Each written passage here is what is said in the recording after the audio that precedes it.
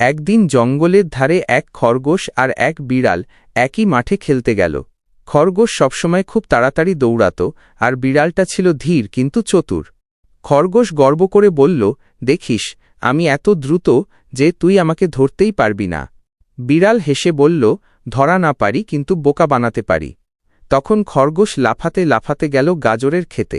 গাজর মুখে নিয়ে যখন খাচ্ছে, হঠাৎ সে শুনল পিছনে মিউ।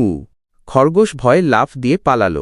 কিছু দূর গিয়ে থেমে দেখে, আরে, ওটা তো বিড়াল নয়, বিড়ালের ডাকা নকল করছে একটা টিয়া পাখি।